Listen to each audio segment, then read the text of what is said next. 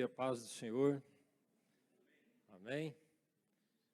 Que bom, né? Mais uma manhã que o Senhor nos concedeu a graça de estarmos aqui na presença dEle, na casa dEle. De alguma maneira, Ele já preparou alguma coisinha para você levar para a tua casa, né?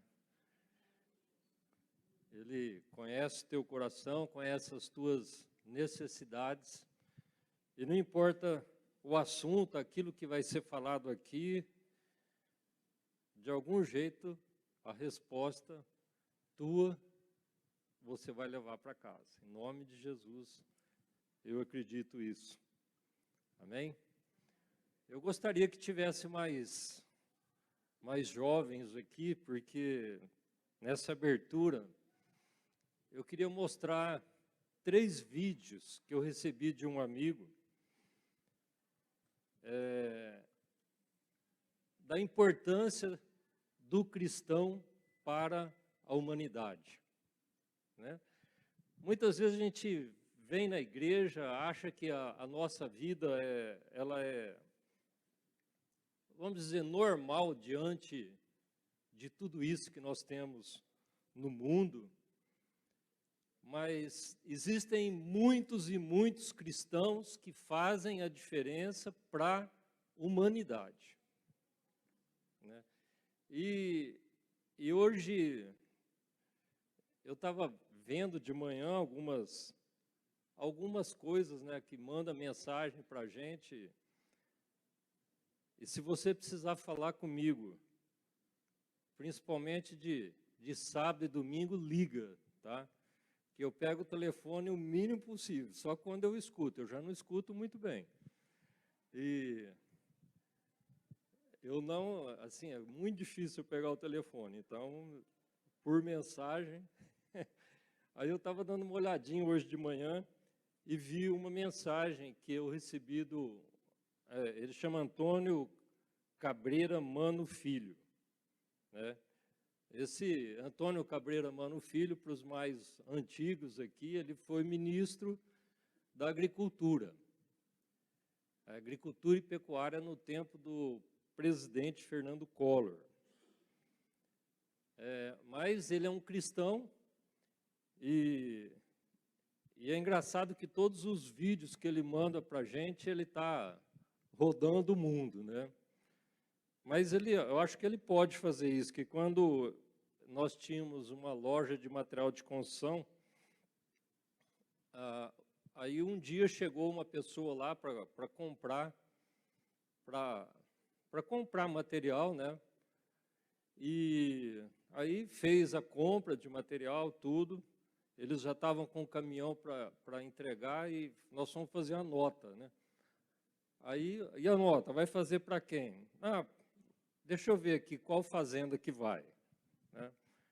Aí ele me deu uma relação de 45 fazendas, mais ou menos, que era o pai dele, né? Antônio Cabreira Mano. E ele já morreu. Mas é engraçado que ele manda os vídeos e fala, eu estou aqui hoje na Ucrânia e tal, aí ele fala, né, tudo voltado ao cristianismo. Então, eu gostaria de passar 3 vídeos para você, e para a gente ver qual é a importância do cristão, mais uma vez, né, para a humanidade, tá bom? Então, vamos passar o primeiro vídeo do Dia das Mães, né?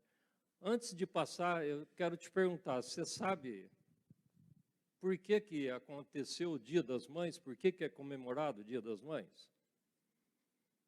Até esses dias atrás, até o Dia das Mães eu não sabia, né? Mas vamos ver. É bom apagar as luzes, né? Amanhã é o Dia das Mães. Mas você sabia que o Dia das Mães foi fundado por uma mulher metodista em uma igreja e é apenas uma das milhares maneiras pelas quais o cristianismo tornaram a vida aqui na Terra um pouco melhor?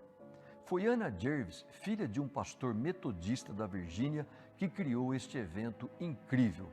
Durante a Guerra Civil nos Estados Unidos, a mãe de Ana organizou clubes de trabalho para cuidar dos soldados feridos, tanto da União como da Confederação. Além disto, ela arrecadava dinheiro para alimentos, inspecionava o leite engarrafado, trabalhava para melhorar o saneamento e contratava mulheres para cuidar de famílias onde as mães sofriam de tuberculose. Em homenagem à mãe, Anna Jervis persuadiu a igreja a deixar de lado o segundo domingo de maio, o aniversário da morte da sua mãe, como um dia para homenagear todas as mães. Incentivada pela recepção, Ana depois organizou uma reunião na Filadélfia e logo em seguida começou uma campanha através de cartas para estabelecer um Dia das Mães nacional. Poucos conhecem a história desta mulher que inspirou o Dia das Mães. E este Dia das Mães, em 2023, também mostra como tudo que era muito mais difícil no passado e o imenso progresso que foi feito desde então. Quando a mãe de Ana teve os seus filhos, o pré-natal era quase inexistente. Ana foi um dos 4 filhos que chegaram à idade adulta, apesar de sua mãe ter dado à luz 13 vezes. E por todo este esforço foi que Ana criou o Dia das Mães em homenagem à sua mãe. Ela foi inspirada por algo que sua mãe disse durante a escola dominical, abre aspas, espero e oro para que alguém algum dia funde um memorial Dia das Mães, comemorando pelo serviço incomparável que elas prestam à humanidade em todos os campos da vida. Elas têm o direito a isto. Fecha aspas. Neste Dia das Mães, apesar dos problemas que permanecem, reserve um momento para apreciar o progresso na luta contra a morte prematura de mães e os seus filhos e o incrível trabalho destas mulheres cristãs. Feliz Dia das Mães. Então você vê que foi uma mulher cristã, filha de um pastor, que criou o Dia das Mães. Então, muitas vezes a gente está aí navegando nessa vida sem saber muitas coisas que os nossos irmãos fizeram lá atrás. E é engraçado que, se você vê o Antônio Cabreira aí, atrás tinha uma biblioteca, né? Ele é dono da maior biblioteca particular, né, da América Latina. A casa dele, ele tem uma biblioteca que tem o maior número de acervos particulares da América Latina e a maior coleção de Bíblias, né, também da América Latina, pertence a ele. Então, um segundo legado, né, de nossos irmãos antigos é esse Walter Reed. Com certeza, muitos de vocês não ouviram ainda falar sobre esse assunto, né, porque acabou. E por que que acabou? Porque ele transformou isso daí, um problema que tinha na humanidade, e hoje muitos de nós nunca ouvimos falar sobre isso.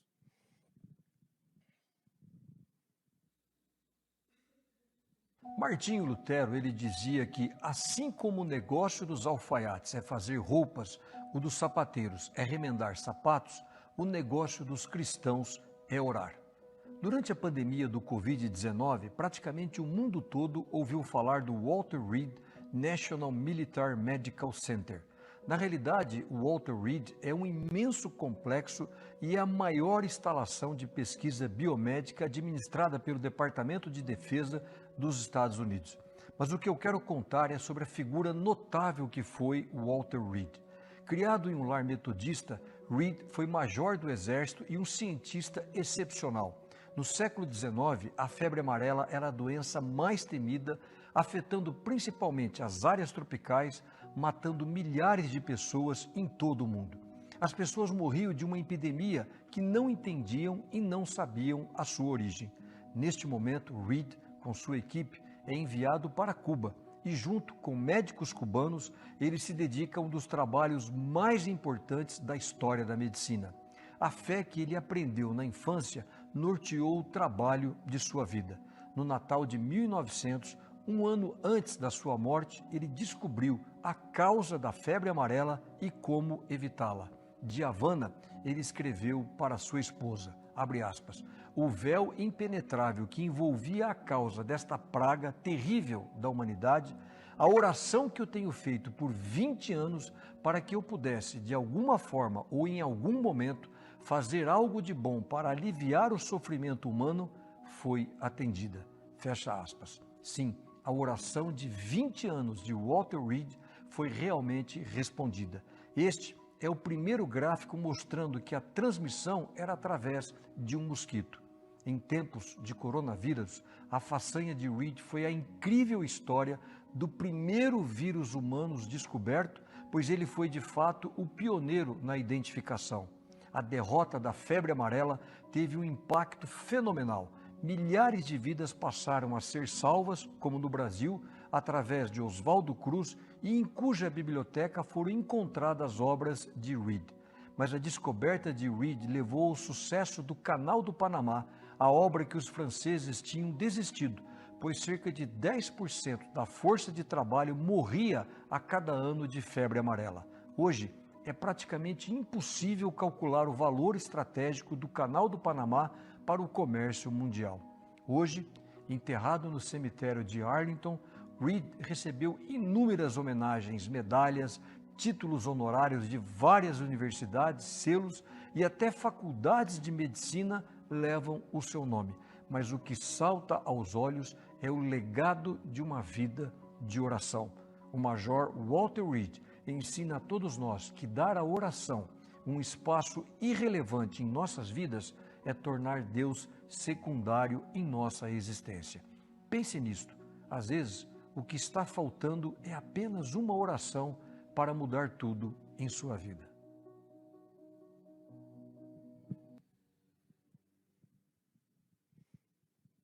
Então, quem aqui já estudou na escola sobre o Canal do Panamá?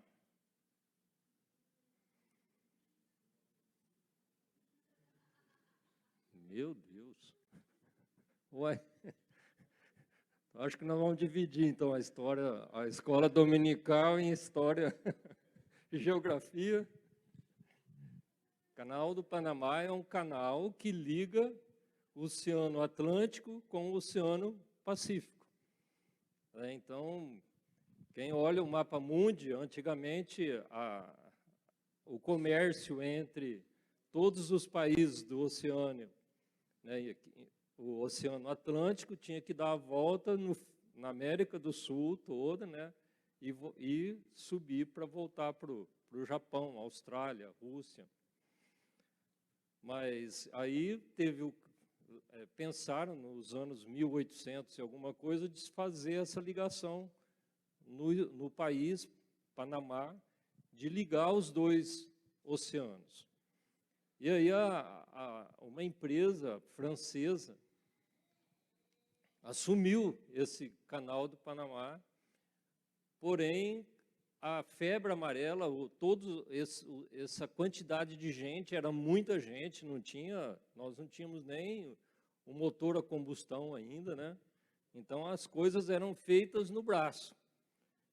Então tinha muita gente trabalhando lá, eram milhares de trabalhadores.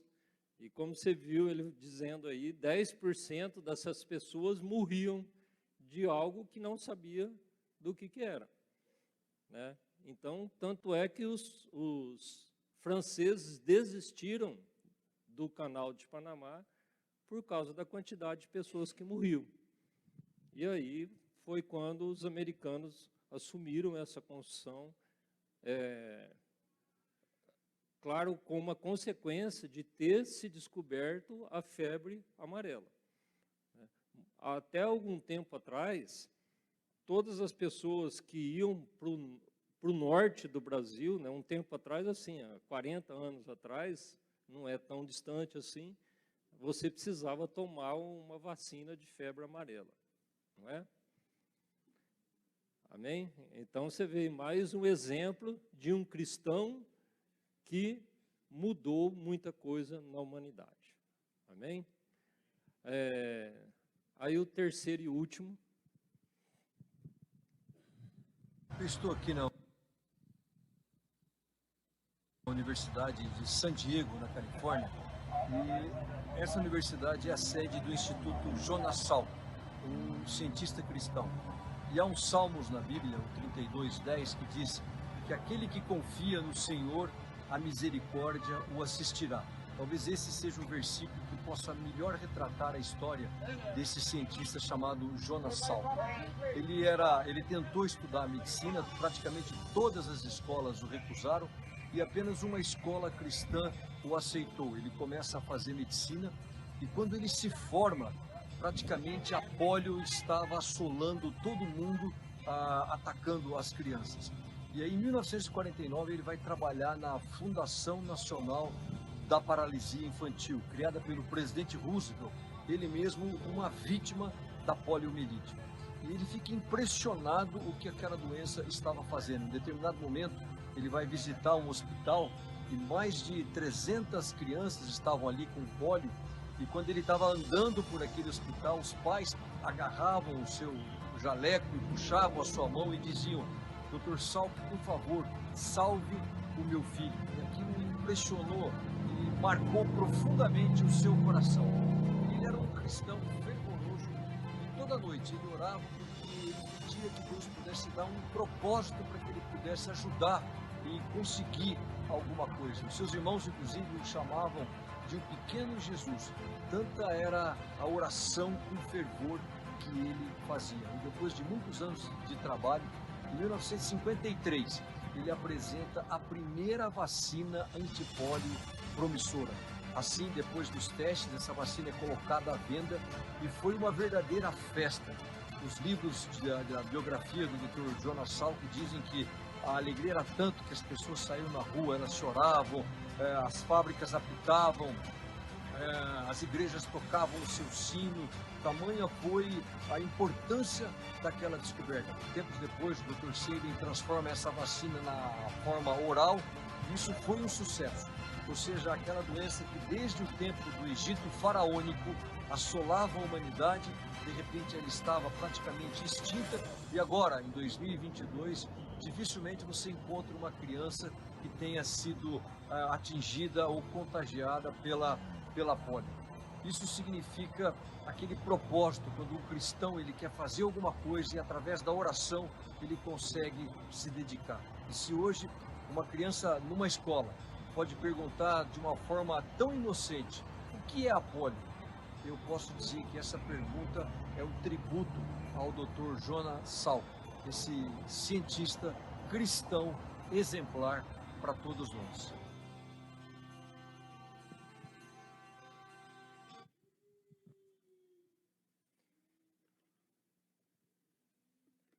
Isso daí deixa realmente a gente emocionado, né? Porque, mais uma vez, muitos de vocês nunca viram alguém, né, que sofreu poliomielite, né? Mas eu tenho um amigo da minha idade que estudava comigo, estudou comigo e ele ainda mora lá na cidade de Jataí, né, que ele sofreu de pólio e ele anda todo torto, com muitos problemas. E eu conheci muitas pessoas que tinham poliomielite, né? E hoje é uma coisa que ninguém mais fala sobre isso. Por quê? Porque é uma vacina que toda criança toma logo que nasce e nós estamos livres disso. Mas isso aí foi uma bênção que Deus deu a um cristão que orava, né? Que orava, que ele queria fazer a diferença. E eu acredito que hoje, nós temos que ter essa mesma mentalidade, né? De fazer a diferença onde nós estivermos. Deus está à procura de adoradores que o adoram em espírito e em verdade. E se você o adorar, orar a Ele vai usar com certeza a tua vida com certeza vai usar a tua vida para fazer a diferença na vida de muitas pessoas. Então, nós vemos aí que, desde, por exemplo, o Dia das Mães, né, foi numa escola bíblica dominical, que uma mulher sentiu no coração que precisava haver uma homenagem ao Dia das Mães. A partir daquilo ali, hoje nós vemos que o mundo todo homenageia as mães. Aí nós vemos pessoas que morriam sem saber por quê. Aí, através da oração de um cristão, Deus abençoou aquela vida e acabou-se a febre amarela. Não acabou a febre amarela, né? Mas acabou o resultado que ela provoca nas pessoas. E a gente vê também aí essa poliomielite. Quantas crianças que a gente via antigamente, né, que não tinha o que fazer. Elas nasciam perfeitas, de repente se deformavam, e aquilo era uma sina, né, para o resto da vida. E através da oração, mais uma vez, Deus abençoou que alguém mudasse isso. Amém? Então, eu fiquei muito feliz hoje de manhã quando eu vi esse último vídeo, lembrei de outros que ele tinha mandado, aí eu resolvi passar aqui para vocês, que eu acho que é muito pertinente, né, a isso que nós estamos fazendo aqui na escola bíblica. Amém?